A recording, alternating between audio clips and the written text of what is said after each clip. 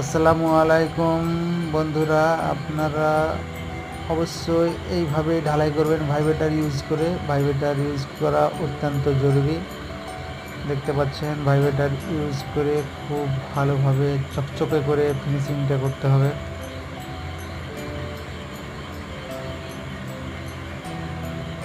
Vibrator use করা অত্যন্ত জরুরি।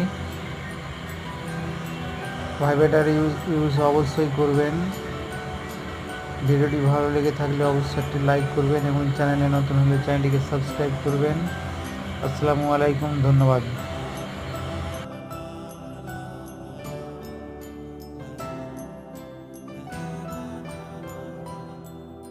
ये जिस्म है तो क्या, ये रूह का लिबास है, ये दर्द है तो क्या, ये इश्क